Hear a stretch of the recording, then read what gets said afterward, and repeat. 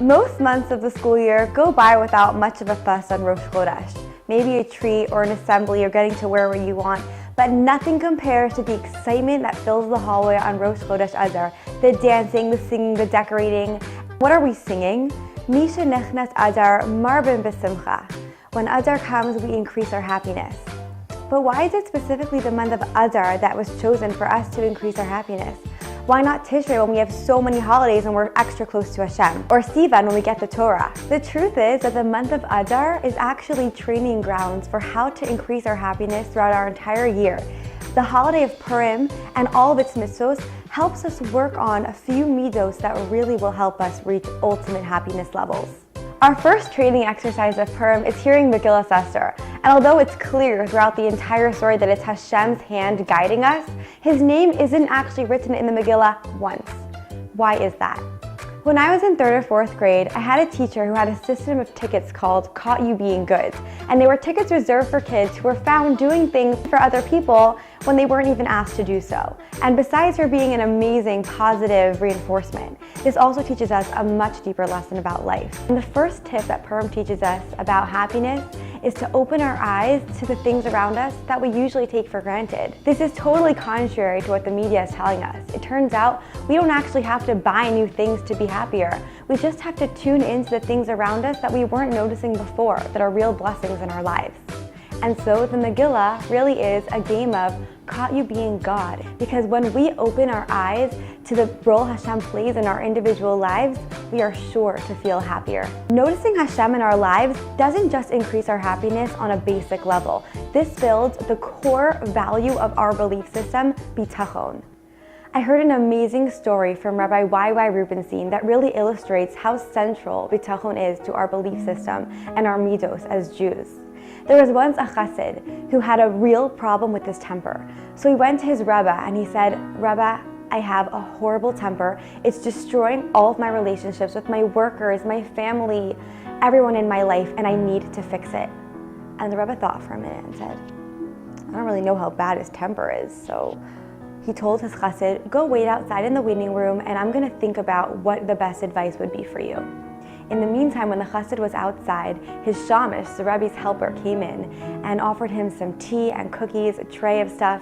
And the Rebbe said, yes, please, go get me a tray of cookies and tea and milk and cream, arrange it on a nice tray. And I want you to try to provoke the chassid waiting outside my room. The shamish did not want to do this, but his Rebbe told him to, so he was going to do it.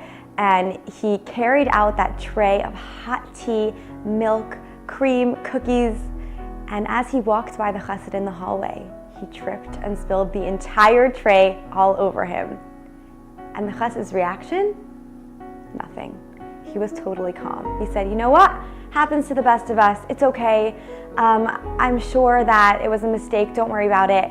And the shamish is like, okay, the Rebbe told me I have to provoke him, so I gotta keep going. He says, you know what? If it hadn't been for a huge foot in the way, maybe I wouldn't have tripped.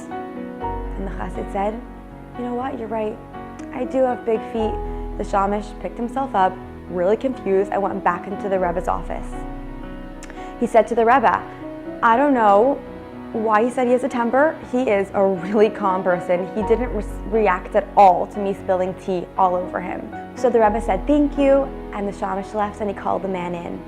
And the man came in and the Rebbe said to him, honestly, I have to tell you, my shamish just told me that he spilled an entire tray of tea and cookies on you and you didn't react violently or negatively at all. So I don't know if you really have a problem with your temper. And the chassid said, to tell you the truth, Rebbe, I heard you tell your shamish to spill things on me and try to provoke me. So I didn't react. And the Rebbe said, to tell you the truth, I meant for you to hear me. Because I knew that if you heard me telling the shamish to test you, you wouldn't react the same way. You don't have a problem with your anger, you have a problem with your bitachon. Every time you're tempted to lose your temper, remember and hear Hashem saying, this is a test meant to make you a better person. So there you have it. Bitachon is always at the root of anything we're struggling with, anger or even happiness. So when we can really train ourselves to look around and see that everything is from Hashem, we'll be able to hold on to that joy. Our next training exercise is another mitzvah of Purim, the Suda, having a feast with our family and friends with delicious food and drink. And the question we have to ask on this is why on Purim, which is the holiest day of the year, holier than Yom Kippur, which is called Yom Kippurim, a day like Purim, why do we celebrate in such a physical way? Shouldn't we be davening all day in shul, fasting, focusing only on davening and feeling like angels?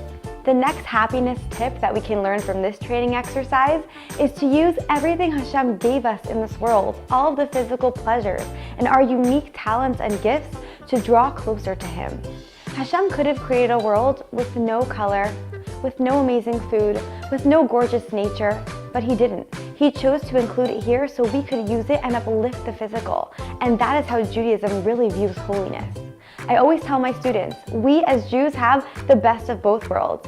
We're able to uplift the physical, not have to abstain from it, and make it spiritual as well.